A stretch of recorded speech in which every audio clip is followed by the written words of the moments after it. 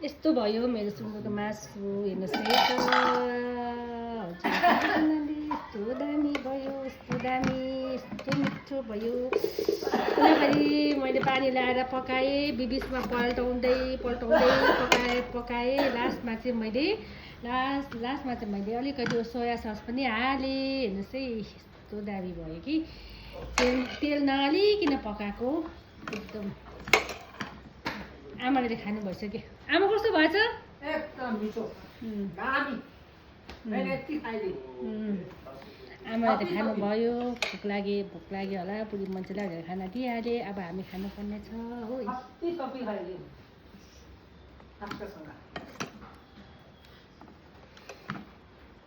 अन्तखेरि चाहिँ दाल त हमेसा सधैँ हो दाल चाहिँ हो त्यहाँदेखि चाहिँ नानीहरूले सुँगुर मासु खाँदैन उनीहरूको लागि चाहिँ चिकन बनाएँ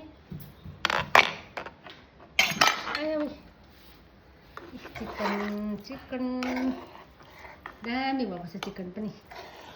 आफैलाई चाहिँ नि सर्काउनु पर्छ नि दामी भएछ मिठो भएछ भन्नु चिकन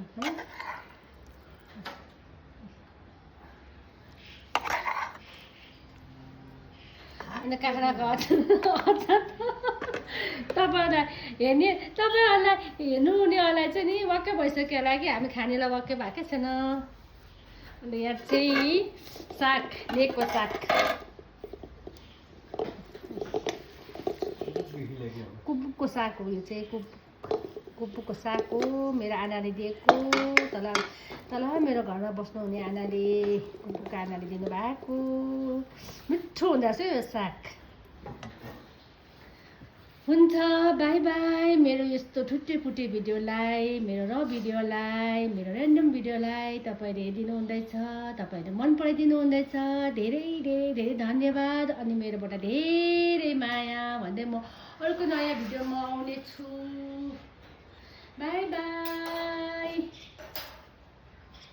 आगेले चाहिँ कुनै के बनाएको आगे के बनाएको भन्नु त बन्दुकको गोली अब खाना खानुपर्छ है दारू कुनै के बनाउँदै रहेछ